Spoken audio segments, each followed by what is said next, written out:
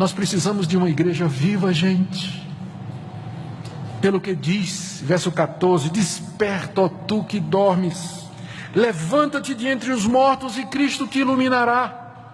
Aqui Paulo faz um apelo à igreja, dizendo para que a igreja faça isso, ela precisa se levantar dentre os mortos, ela tem que parar de ser cúmplice e participante nas trevas, para receber a luz de Cristo. Terceira coisa que Paulo diz, e essa é a passagem mais complicada aqui, é que nós temos que trazer a público aquilo que é feito em oculto. Verso 13: todas as coisas, quando reprovadas pela luz, se tornam manifestas, porque tudo que se manifesta é luz. O que Paulo está querendo dizer aqui? Eu não vou aborrecer vocês com os detalhes de interpretação aqui, mas a interpretação que eu acho menos complicada e mais provável é que Paulo, ainda na linha de dizer como é que os cristãos devem se relacionar, ele está dizendo o seguinte: ele provavelmente está se referindo ao dever que os cristãos têm de expor publicamente as obras das trevas.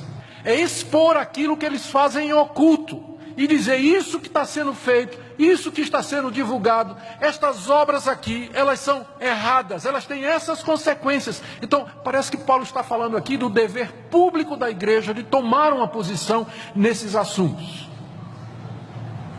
Todas as coisas, todas aqui se refere ao que vem antes, todas estas coisas das trevas, né?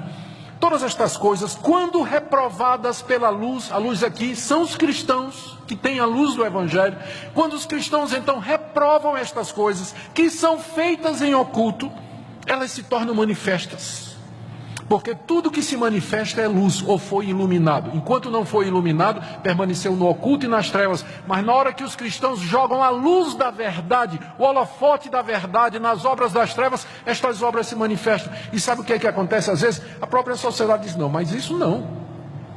Recentemente aconteceu um escândalo nos Estados Unidos, numa ONG americana.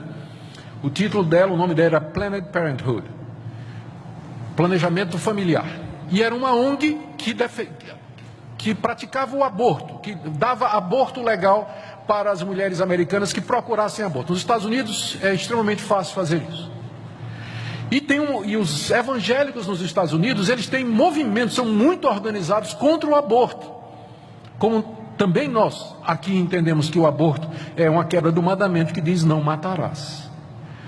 Mas aí então o que é que aconteceu? Um desses grupos, eu não estou dizendo que a gente vai fazer isso, estou dizendo como ilustração, mas um desses grupos pró-vida conseguiu filmar uma entrevista com uma das líderes do movimento, onde ela confessou como é que ela pegava as partes do feto, extraía a criança, eles faziam de um jeito para não matar, ou para não danificar a criança. E aí tirava o rim, ela dizendo, o coração, ou o pulmão, ou aquelas coisas que poderiam ser usadas para transplante, para fazer pesquisa, ou enfim, para qualquer outro. Ela friamente dizendo, eu acho que muitos de vocês viram isso aí nas mídias sociais.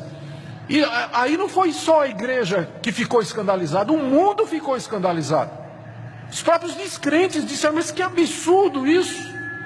Quando eles viram a foto lá, né, e o desmembramento, né, do feto, as partes serem vendidas no comércio, isso deixou muita gente que não é crente indignada. Um papel, eu não estou dizendo que a gente vai ficar filmando essas coisas, mas estou dizendo que um dos papéis da igreja é falar a respeito do juízo de Deus sobre estas coisas, porque esse pessoal faz em oculto e eles acham que estão escondidos da luz de Deus. A luz do Evangelho, através da igreja, brilha na sociedade, e essas obras feitas em oculto, elas se tornam manifestas. É dessa maneira que Deus leva ou abençoa a sociedade, para que ela não se destrua completamente. Então, em vez da gente ser cúmplice com estas coisas, com a imoralidade, desonestidade, impureza, nós devíamos reprovar estas coisas verbalmente, com a nossa atitude e, quando possível, expondo publicamente o erro, manifestando à luz aquilo que é feito nas trevas. E essa passagem termina com esse apelo ao avivamento espiritual.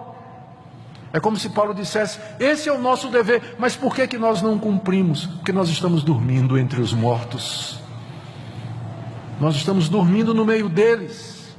como se nada daquilo nos incomodasse. Estamos acostumados ao mal, ao erro, à sujeira, como alguém que está dormindo e não sente nada, não vê nada, dormindo entre mortos. Você está vivo, mas está dormindo. Há uma diferença, não é?